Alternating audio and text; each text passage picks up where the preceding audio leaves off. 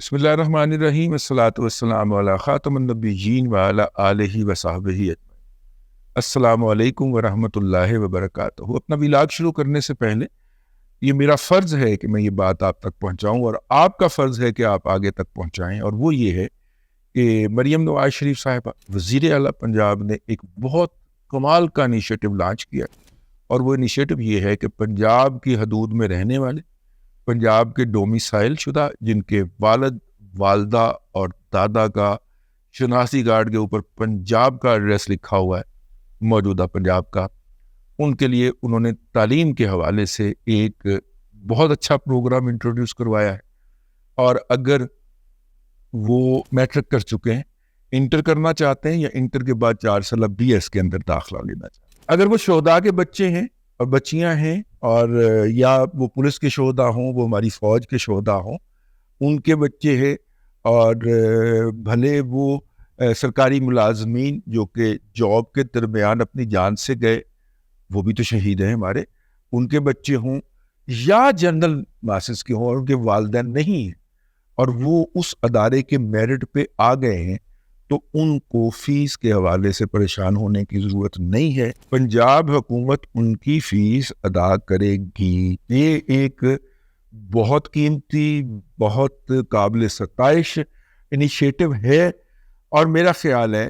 کہ یہ ان تمام مستحقین اور مستحق بچوں تک پہنچانا چاہیے کہ جو اس وقت پریشان ہوں گے کہ پہلے سیمسٹر کی فیس اور داخلہ فیس تو میں نے ادا کر دی ہے، اب آگے کیا بنے گا ان کے لیے، یا دوسرے تیسرے یا چوتھے سیمسٹر کے بچے جو ہیں، مطلب اگلے سیمسٹر کے بچے اس وجہ سے تعلیم چھوڑنے کی پلاننگ کر رہے ہوں کہ میں اپنا فریز کروا لوں کیونکہ میرے پاس نہیں ہے پیسے فیس دینے کے لیے، یا اس کی والدہ کے پاس پیسے نہیں ہیں، یا اس کے بھائیوں کے پاس پیسے نہیں ہیں، تو ان کی فیس پنجاب حکومت دے گی۔ یہ پہلے بھی یہ پاکستان ایجوکیشن انڈاؤمنٹ فنڈ پیف، میرا خیال اس کے تحت یہ لانچ ہوا ہے، اخبارات میں اس کے اشتہارات بھی آئے ہیں، سوشل میڈیا پہ اشتہار بھی آیا ہے، اور مریم نواز شریف صاحبہ نے اپنے اکاؤنٹ سے بھی اس کو شیئر کیا ہے، اس اشتہار کو۔ اس اشتہار میں باقاعدہ طور پہ مستحقین کی فہرست دی گئی ہے، اور طریقہ کار بھی بتایا گیا ہے کہ آپ نے کس طریقے سے اپلائی کرنا ہے۔ 25 اکتوبر آخری تاریخ، بچے کا داخلہ ہو گیا، میرٹ پہ نام آ گیا، آپ نے پیسے پکڑ کے داخلہ فیس وغیرہ ادا کر دی ہے، یہ سارے کے سارے پیسے آپ کو ریفنڈ ہو جائیں۔ تو ایک تو یہ ہو گیا، اور دوسرا ان کا ایک اور انیشیٹو ہے، موضوع کی طرف میں آتا ہوں لیکن وہ بہت ضروری ہے۔ اگر آپ کو انٹرنیشنل سرٹیفکیشن کرنا چاہتے ہیں تو آپ فوری طور پہ اس میں داخلہ لیجئے اور اس کی فیس اپنے پلے سے ادا کر دیجیے۔ اگر آپ پاس ہو گئے تو فیس جو ہے آپ کی ریفنڈ ہوگی۔ پنجاب حکومت کا مریم نواز شریف انیشیٹو آپ کی وہ فیس آپ کو واپس لوٹا دے گا، کیونکہ آپ ایک لائق بچے ہوں گے، آپ نے انٹرنیشنل سرٹیفکیشن کوالیفائی کر لی ہوگی۔ اگر آپ فیل ہوتے ہیں، آپ ایک نالائق بچے ہیں، آپ کو جوتے پڑنے چاہیے، ٹھیک ہے؟ تو یہ 2 انیشیٹو تھے ایجوکیشن کے حوالے سے۔ آپ کو پتا ہے ایجوکیشن کے اوپر میں زور دیتا رہتا ہوں، تو میں نے کہا آج میں تھوڑا سا آپ کا ٹائم لوں، اور آپ کو یہ دونوں انیشیٹو ذہن میں رکھنے چاہیے۔ کسی ضرورت مند بچے کو ضرورت پڑے اس کو پہنچا دینا چاہیے۔ 25 اکتوبر آخری تاریخ ہے اس میں اپلائی کرنے کی۔ اب آ جائیے آج کے موضوع کی طرف، اور آج کا ہمارا موضوع ہے، میں اگرچہ عدالتی معاملات کے اوپر خامہ فرسائی سے اور لب کشائی سے پرہیز کیا کرتا ہوں، لیکن آج وہی ہوا ہے، اور وہ یہ ہے کہ منیب اختر صاحب نے پھڈا ڈال دیا ہے، جو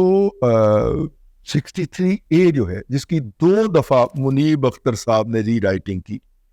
ٹھیک ہے؟ ایک دفعہ جب وفاق میں ضرورت پڑی تو الگ اس کا ترجمہ کیا، جب صوبے میں ضرورت پڑی پی ٹی آئی کو تو الگ ترجمہ کیا، الگ اس کی تشریح کی۔ تو دونوں تشریحات جو تھیں وہ آئین کے 4 کوارٹر سے باہر نکل کے کی نظریہ ضرورت کے تحت کی گئیں، تاکہ پی ٹی آئی کو سپورٹ کیا جا سکے۔ بھائی میں اپنے کو نہیں کہہ رہا، جب عمران خان کہندا ساڈا جج ہے اور وہ اس کی ڈینائل نہیں کرتے، تو میں اور آپ کون ہوتے ہیں اس کی ڈینائل کرنے والے؟ تو میں اپنے پاس سے نہیں کہہ رہا، عمران احمد خان نیازی نے ان رائٹنگ اپنی ٹویٹ کے اندر لکھ کے کہا ہے کہ میرا جج منیب اختر، تو میں منا بھائی منیب اختر عرف منا بھائی، تو میں بھائی اپنے پاس سے نہیں کہہ رہا، عمران احمد خان نیازی کہہ رہا ہے ਮੈਨੂੰ ਨਾ ਨੋਟਿਸ ਭੇਜ ਦੇਣਾ ਮਾਈ ਲਾਰਡ, ਪਹਿਲੇ ਤੁਹਾਡੇ ਨੋਟਿਸ ਜਿਹੜੇ ਨੇ ਨਾ ਉਹ FIA ਦੇ ਜ਼ਰੀਏ ਆ ਰਹੇ ਨੇ ਤੇ ਮੈਨੂੰ ਵਕਤ ਪਿਆ ਹੈ, ਠੀਕ ਹੈ, ਮੈਨੂੰ ਕੀ ਵਕਤ ਪੈਣਾ, ਮੇਰੇ ਵਕੀਲ ਨੂੰ ਵਕਤ ਪਿਆ ਹੈ, ਠੀਕ ਹੈ, ਆਹੋ,